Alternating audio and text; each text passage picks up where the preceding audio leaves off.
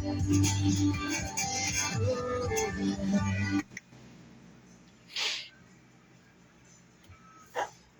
we go.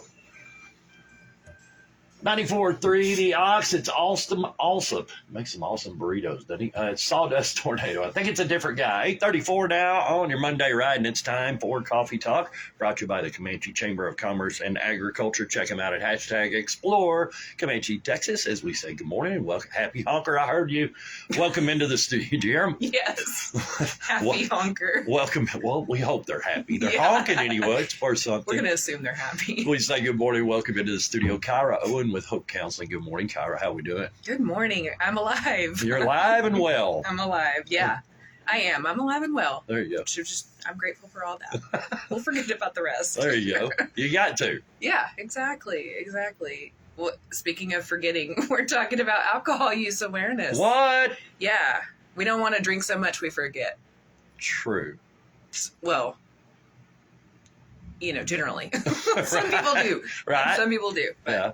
Anyways, yeah. So we're going to talk about alcohol use awareness. Alcohol is pretty widely used in our culture. There's events we celebrate with it. We, use it for all different kinds of things. Everyone has kind of their own reason for why they use alcohol, but we're just going to kind of talk about, I'm going to throw some facts at you, I guess. We'll put it that way. So just kind of bringing awareness to it. It's definitely something that can be detrimental to our health and things like that. So, it's something that I guess it's a legal substance. So people, just are like, well, it's legal, so it's fine to do it all the time. But not always the case. Alcohol's it is the most commonly used addictive substance. It can cause irreversible harm if you drink to excess. Right. So I'm just going to kind of throw some facts out at you and some information for people to just kind of be aware of and kind of maybe think about their own personal use. But it's estimated that over 16 million adults in our country report heavy alcohol use in the past month. And then 59 million have reported binge drinking in the past month. So binge drinking is defined as 5 or more drinks for men in a 2-hour period or 4 or more drinks for women in a 2-hour period. Right. So during the pandemic, we saw a pretty big increase in alcohol sales. Sure. So in 2020, there was a 3% alcohol sale increase. So it may not sound like a lot, but that's actually the largest increase in 50 years. Yeah. So. Well, they didn't have to drive to work. No. Much of them, so, there you go. Exactly. Yeah. Lots of stress going on. Working from home. I was working from homer, and it was more rough than I thought it would be. But shut in with the kids. Kids, yeah. Mm-hmm. My animals were like, "What's happening? Why is she here?" They get used to that too. Yeah, they do. Ours They're like, "What's going on?" Everybody leaves, and they're like, "Oh!" Yeah, freaking out all of a sudden. Yeah, that's funny. But so people drink to deal with all kinds of stuff. There's definitely negative effects to drinking often, frequently, and a lot. So I'm just going to start on my little fact list here. So. Number 1, you're probably drinking more than you realize. So there is a standard for how much alcohol should be in each drink. So if you're going out and drinking at a bar, restaurants, things like that, where they're mixing your drinks, you may actually be getting more than the standard amount of alcohol. So you could be getting up to 3 times the amount if you're drinking a mixed drink from a bar or a restaurant. So alcohol also changes your brain. So our brains are amazing. They do amazing things. So one of the amazing things that they do is it physically adapts to its environment so that we can perform better at whatever we're doing. So if we're consistently drinking alcohol, your brain might interpret this as a new environment and change the nerve cells and the brain connections to help you function better with alcohol in your system. So, it's kind of cool. Not cool, but it's interesting how it works. So once the brain adapts to the alcohol, it does not unadapt. So if you've used alcohol regularly and you've changed kind of those pathways in your brains to adapt it, when an alcoholic or someone that consistently uses stops drinking, then their brain has to undergo more changes. That takes more time. So alcohol affects women and men differently. So men and women don't metabolize alcohol the same way. So women absorb more alcohol and then they metabolize it more slowly. So they're at a greater risk for long-term damage from alcohol. Men are more likely to drink excessively. No. Who says that? Surprise.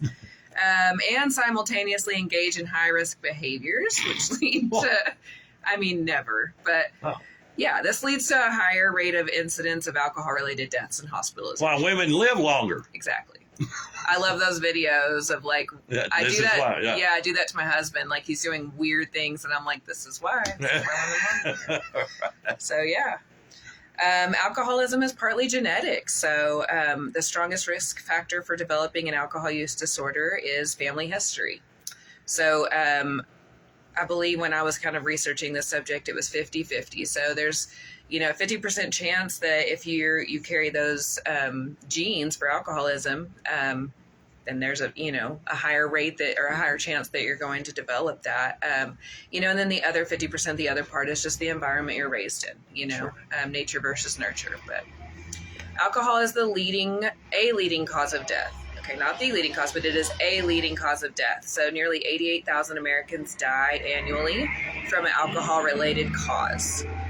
It is responsible for nearly 1/3 of driving fatalities, which makes it the third leading preventable cause of death in the United States.